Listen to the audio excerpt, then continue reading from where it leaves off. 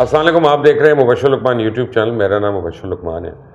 ایک audio leak ہوئی مریم نواز شریف کی، جس میں ان سے متعلق ایک سٹیٹمنٹ تھی کہ وہ کسی کو احکامات دے رہی ہیں کہ ARY کے، سما کے، 92 کے، پتہ نہیں کس کس چینل کے اشتہار بند کر دو یا کم کر دو. اب یہ جب لیک ہوئی تو اس کے بعد ایک عام تاثر یہ تھا کہ جناب مریم نواز آ کے کہیں گی کہ اگر ثاقب نثار صاحب کی آڈیو غلط ہے، اگر فلاں کی غلط ہے، فلاں کی غلط ہے، تو میری بھی غلط ہے. لیکن مریم نواز نے پہلی دفعہ فرنٹ فٹ پہ آ کے کہا کہ یہ میری آڈیو ہے، یہ میں نے کہا تھا. تو ویری گڈ. کوئی بھی شخص اگر کو سچ بولتا ہے تو اس کو سراہنا چاہیے. لیکن وہ کہتے ہیں نا کہ بات ہے سچ کی مگر بات ہے رسوائی کی. اب وہ اس طرح سے کہ اس میں بڑے راز چھپے ہوئے ہیں. اور ابھی بھی میں دیکھ رہا تھا، خاص طور پہ سمر ٹیلی ویژن کو میں دیکھ رہا تھا کہ ان پہ بڑا چل رہا ہے، اس کے اوپر ڈبیٹ چل رہی ہیں، پروگرامس چل رہے ہیں. فاروق حبیب کہہ رہے ہیں کہ جی جب آپ سما نے آئینہ دکھایا تو نون لیگ کو برا لگ گیا. اور بھائی آئینہ جس کو بھی دکھائیں فاروق حبیب، اس کو برا لگتا ہے، وہ جون سی مرضی پارٹی ہو، جون سا مرضی شخص ہو. تو اس لیے یہ تو ایک بڑی جنرل سی بات کی آپ نے. اب میں آپ کو بتاتا ہوں ہوا کیا یہاں پہ. آپ کو میں ایک بڑی انٹرسٹنگ سی بات بتاتا ہوں کہ ministry of information and broadcasting ہوتی ہی اس لیے کہ میڈیا کو کنٹرول کیا جائے. پوری دنیا میں آپ جتنے مرضی ممالک اٹھا کے دیکھ لیں، آپ کو ان میں ministry of information and broadcasting نہیں ملے گی. ہاں، انڈیا میں اگر کوئی مجھے کہتا ہے کہ انڈیا میں ہے، تو انڈیا میں ہمارے بہت بعد گئی. جب ان کو خیال آئے ہوئے ہم تو یہ بھی کر سکتے ہیں، تو ایسا بھی کام ہے کہ جو انڈیا نے ہم سے سیکھا. اب ministry of information and broadcasting کیا کرتی ہے کہ اس نے میڈیا کو کنٹرول کرنا ہوتا ہے اور حکومت کے زیر اثر کرنا ہوتا ہے. اب میڈیا کو کیسے کنٹرول کیا جاتا ہے؟ کوئی مار پیٹ کا تو نہیں کرے گی منسٹری آف انفارمیشن. تو وہ اشتہارات کی مد میں کرے گی، ریٹس کی مد میں کرے گی، وہ فارن ٹرپس کی مد میں کرے گی، وہ حج اور عمرے کی مد میں کرے گی، وہ گفٹس کی مد میں کرے گی، وہ کو سیمینارز کروانے کے اور ان کے پیسے دینے کی مد میں کرے گی، اور ڈیلی شاپنگ الاؤنسز دے گی. جی، ڈیلی شاپنگ الاؤنسز.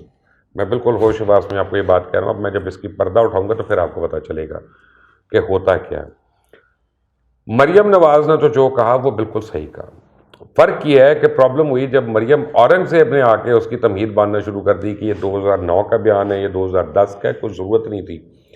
جب آپ کے لیڈر نے آخر زندگی میں سچ بول ہی دیا ہے اگر کبھی، تو ورنہ تو کیلیبری فونٹ بھی ہم ڈیل کر رہے تھے، ورنہ میری لنڈن تو کیا پاکستان بھی جائیداد نہیں، ہم یہ ساری باتیں ڈیل کر ہی رہے تھے، ہضم بھی کر رہے تھے. پھر میرے 1 ارب روپے کے جائیداد نکل آئی. تو لیکن اس کی تو ہم تعریف کرتے ہیں کہ مریم صاحبہ نے چلو دیر آئی درست آئی، ایک سچ تو بولا. لیکن اب انہوں نے زیادہ اس کے اوپر کمپلیکیشن کر دی. اور ہو کیا رہا ہے کہ ان کے پولرائزیشن اتنی زیادہ ہے، جو اس سائڈ کا ہے وہ نون لیگ کو رگڑا مار رہا ہے، جو اس سائڈ کا ہے وہ اس کی تعریف کر رہا ہے. اب میں آپ کو بتاتا ہوں اندر جو بات سمجھ نہیں آ رہی ہے لوگوں کو، جو سامنے نہیں آ رہی، کہ پہلے تو یہ بتائیں کہ ایسا کون سا دور ہے جسے ministry of information and broadcasting نے اپنے مرضی سے، اپنی پسند سے اشتہارات نہیں دیے. اچھا، یہ کہنا کہ جی مریم نواز کی اس وقت کوئی سرکاری حیثیت نہیں تھی، تو ٹھیک ہے، وہ اس ملک میں ہوتا ہے، اور یہی تو اس ملک کی اقرا پروری ہے جس کے خلاف ہمیشہ ہم لوگوں نے آواز اٹھائی. یہی تو اس ملک میں میرٹ کا استحصال ہے جس کے اوپر ہمیشہ بات کرتے ہیں. تو یہی اسی حکومت میں بھی ہوا کہ جب جہانگیر ترین کو عدالت نے جو ہے ان کو سزا دے دی اور سزا یافتہ کر دیا، تو وہ سرکاری میٹنگز کو بیٹھے ہوئے چیئر کرتے رہے تھے.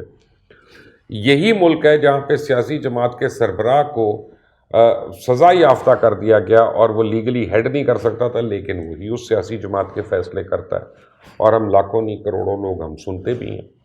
یہی وہ ملک ہے جہاں پہ مجرم کو، جس کو پاکستان کی اعلیٰ ترین عدالتیں مجرم کہہ دیں، ہم اس کے خطاب بھی سنتے ہیں، اس کے لائیو ٹرانسمیشنز بھی ہوتی ہیں. تو یہ وہ رہنے دیں. بالکل اصول کی بات اچھی بات ہے، ہونی چاہیے، لیکن نسبتاً اصول کی بات کر لیتے ہیں، کیونکہ ہم نسبتاً اصول جو اپنے مطلب کو ہو ہم اسی کے اوپر بات کرتے ہیں.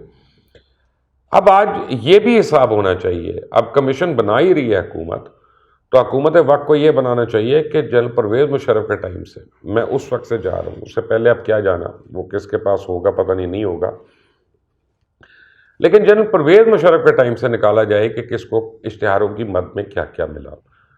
اچھا پھر اس کے بعد تب سے لے کے ابھی تک ہر اینکر کا نکلنا چاہیے، ہر کالمسٹ کا نکلنا چاہیے، ہر رپورٹر کا نکلنا چاہیے کہ کتنے سرکاری دورے کیے انہوں نے. یہ پرائم منسٹر کے ساتھ، پریزیڈنٹ کے ساتھ، چیف منسٹر کے ساتھ، گورنر کے ساتھ، اسپیکر نیشنل اسمبلی کے ساتھ، چیئرمین سینٹ کے ساتھ، کیونکہ ہر دورے کے پیسے ملتے رہے ان کو.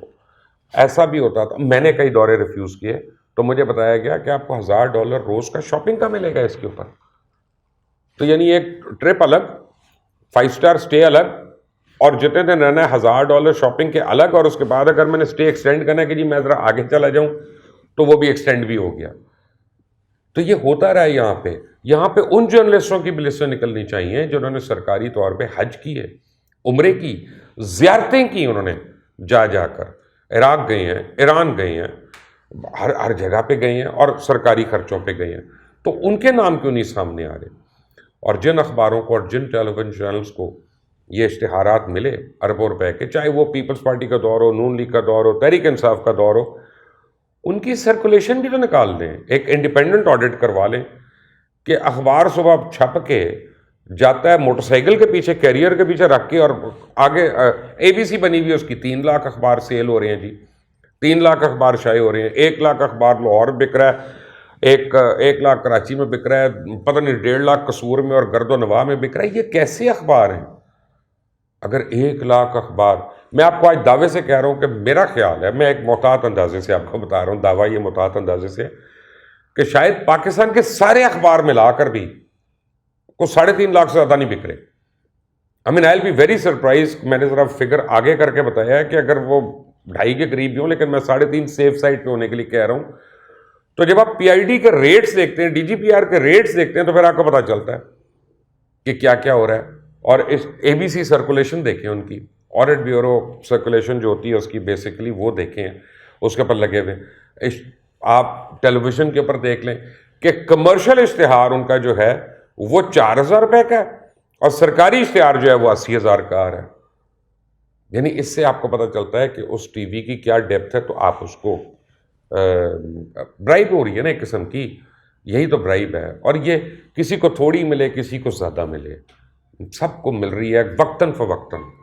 ہاں، جب میں اے آر وائی میں نے جوائن کیا اور ہم نے پہلے 3-4 مہینے پروگرامز کیے نون لیگ کے خلاف، تو اے آر وائی کا تو نون لیگ نے بائیکاٹ کر دیا. انہوں نے کہا جی کوئی اشتہار نہیں. بلکہ اشتہار کیا، وہ نون لیگ والے ہمارے پروگرام میں نہیں بیٹھتے تھے. 2-4 جو ہمارے ذاتی دوست تھے وہ کبھی کبھی کو بھولا بسرا بیچارہ آ جاتا تھا، ورنہ آتے بھی نہیں تھے.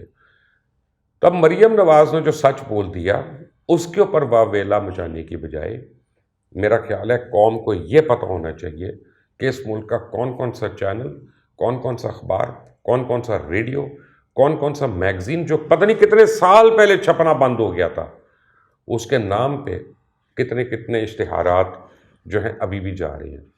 کون کون سے لوگ ہیں جو سرکاری ٹرپ سے مستفید ہوتے رہے ہیں، کون کون سے لوگ ہیں جو ان ٹرپس پہ جیب خرچ لیتے رہے ہیں $1,000 روزانہ کے یومیہ کے حساب سے. کون کون جرنلسٹ ہیں جنہوں نے حکومتی خرچوں پہ حج کیے، عمرے کیے، زیارتیں کی. نہیں ہونا چاہیے. آپ مجھے اس کا جواب دیجیے گا، آپ کیا کہتے ہیں. انٹل دی نیکسٹ ٹائم، اللہ حافظ.